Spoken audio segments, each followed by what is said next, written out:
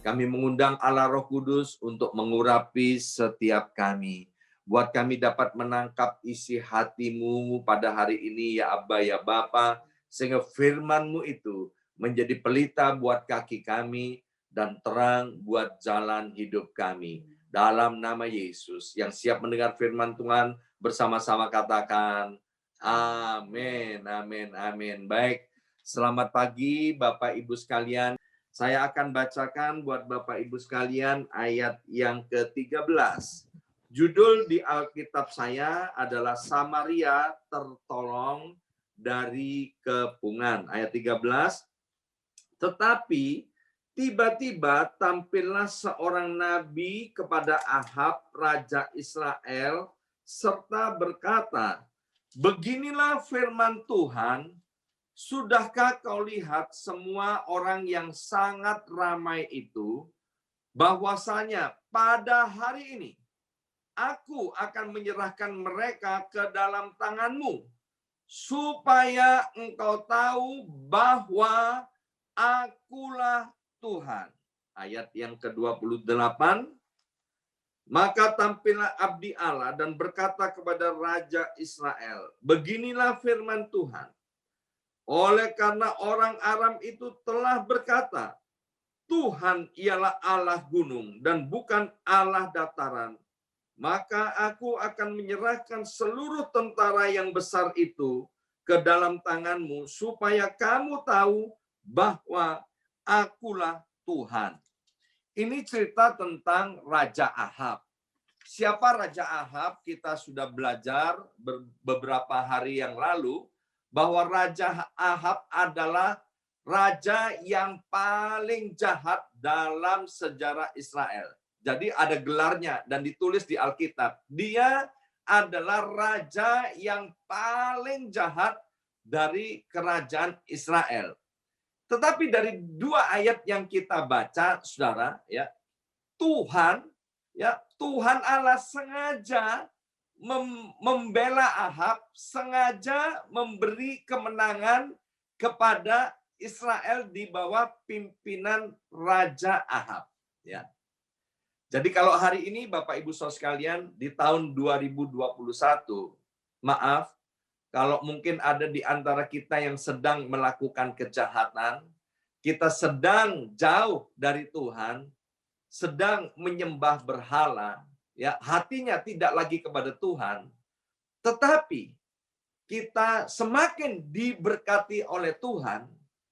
Dari pembacaan ayat firman Tuhan ini kita akan mengerti. Yang pertama, mengapa Ahab yang paling jahat ini, Raja Israel yang paling jahat, diberi kemenangan atas Raja Ben-Hadad, saudara. Ya, Raja Ben-Hadad dengan tentaranya yang begitu banyak sedang mengepung Israel, saudara. Yang pertama, Tuhan memberi kemenangan kepada Ben-Hadad. Dari pembacaan tadi dikatakan begini, agar Ahab itu ingat bahwa tidak ada Tuhan selain Allah semesta alam ini. Mengapa Tuhan membela Ahab ini? Karena Tuhan adalah Tuhan yang baik, Tuhan yang penuh kasih, yang ingin bahwa raja yang jahat ini, dengan seluruh orang Israel yang jahat ini, itu berbalik kepada Tuhan. Maka itu dia diberkati supaya ingat kepada Tuhan. Saya punya teman sekolah, dia nakal sekali di sekolah, dan dia dari keluarga orang miskin, saudara, ya. Dan kemudian dia orang yang tidak mengenal Tuhan. Satu kali, saudara, dia itu diberkati oleh Tuhan, ya, lebih daripada teman-teman sekolahnya yang lain. Secara ajaib, dia kemudian punya pabrik dan lain sebagainya.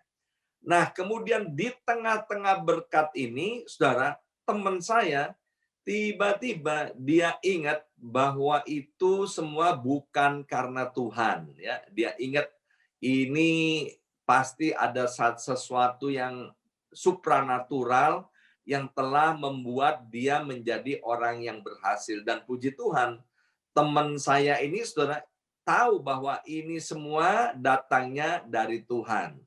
Nah, semestinya Ahab itu tahu bahwa dengan kemampuan dan keterbatasan dia tidak mungkin mengalami kemenangan dalam peperangan terhadap Ben-Hadad. Tetapi hari itu, dia mengalami kemenangan yang gilang gemilang. Jadi yang pertama, saudara, orang diberkati ya di tengah-tengah hidup yang jauh daripada Tuhan. Cuman Tuhan punya maksud agar orang ini ingat dan kembali kepada Tuhan. Firman Tuhan berkata yang dikehendaki dari Tuhan, dari setiap umatnya, bukanlah kehancuran, bukanlah kebinasaan. Yang dikehendaki oleh Tuhan atas setiap umatnya, yaitu pertobatannya. Dan kemudian yang kedua, dari ayat yang sudah kita baca tadi, Ahab mengalami kemenangan ketika berperang melawan orang-orang Aram, ya, melawan kerajaan Aram, saudara. Nah, kemenangan yang kedua ini untuk menunjukkan sekali lagi kepada Ahab bahwa Tuhan itu adalah Allah yang tidak terbatas. Kalau yang pertama, itu Tuhan mau menunjukkan bahwa Tuhan itu adalah Allah berdaulat, Allah yang bisa memberikan kemenangan dan kekalahan. Yang kedua, Tuhan mau menunjukkan kepada Ahab bahwa Tuhan itu bisa memberi kemenangan di dalam segala situasi dan keadaan. Karena di sini dikatakan bahwa Tuhan itu bukan hanya orang pribadi yang jagoan di gunung, tetapi dia juga Tuhan yang jagoan di dalam lembah. Gunung itu berbicara tentang kesuksesan. Lembah itu berbicara tentang kekelaman, ya. Bahwa Tuhan itu ada di dalam ketika kita mengalami kemenangan maupun ketika kita ada di dalam lembah kekelaman. Tuhan itu ada dan Tuhan itu pula yang bisa menolong, sanggup menolong dan memberi kemenangan demi kemenangan. Tetapi melalui dua kemenangan sebelum Ahab dibasmi, dimusnahkan dari muka bumi ini, Ahab, saudara, mengeraskan hatinya. Ya, di tengah-tengah pertemuan kita di Zoom ini, saya menaruh hormat ada seseorang yang memakai nama FAT, F-A-T, artinya faithful, available, teachable. Ya, itu arti kalau jadi Bapak Ibu lihat di layar ada yang namanya FAT, itu artinya beliau adalah seorang yang faithful, available, dan teachable. Nah, kita sebagai anak Tuhan semestinya menjadi orang yang teachable. Artinya apa? Orang yang hatinya lembut, yang gampang diajar, yang gampang ditegur, yang gampang dikoreksi untuk dikembalikan kepada jalan yang benar. Tetapi Ahab, saudara, setelah Tuhan berbicara dengan memberikan kemenangan demi kemenangan, Ahab tetap mengeraskan hatinya. Daniel pasal 1 ayat yang ke-6 yang hari Minggu kemarin dikutip oleh evangelis William Rainer, saudara, dalam ibadah Sunday Service, itu berbicara tentang bagaimana Daniel, seorang anak muda, berketetapan untuk tidak menajiskan diri. Ini bukan soal bisa atau tidak bisa, ini soal mau atau tidak mau. Pada zaman Daniel belum dicurahkan yang namanya Roh Kudus, tetapi Daniel ketika dia berketetapan untuk tidak menajiskan dirinya, saudara, Daniel benar-benar bisa untuk hidup berkenan di hadapan Tuhan.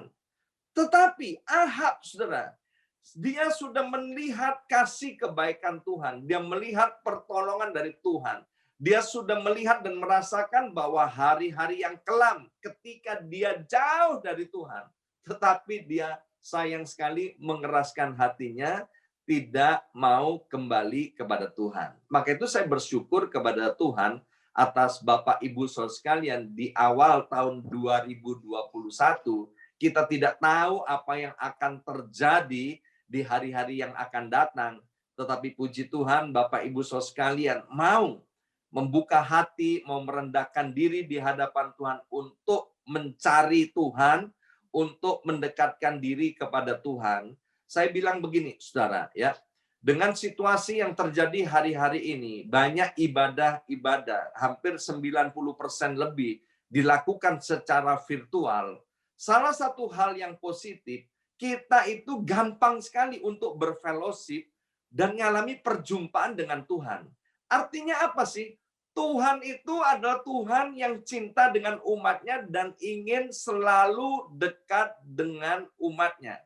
Kita nggak usah keluar rumah di tengah-tengah badai salju yang ada di New York dan sekitarnya. Kita tinggal buka Zoom, kita bisa menyembah Tuhan, kita bisa fellowship, kita bisa doa bersama, kita bisa mendengarkan firman Tuhan. Bukankah itu satu privilege daripada Tuhan? Tuhan ingin sekali untuk setiap umatnya itu kembali kepada Dia. Sebab apa? Sebab di luar Tuhan kita itu nothing. Kita itu nggak ada apa-apanya dan kita tidak bisa berbuat apa-apa. Ya, di jemaat BMC New York ada beberapa yang dulu adalah pecandu rokok. Ya, mereka merokok satu hari bisa sampai 4 pak. Kemudian mereka berhenti. Saya tanya, kok bisa berhenti? Ya kan? Sementara ada orang lain nggak bisa berhenti sampai hari ini.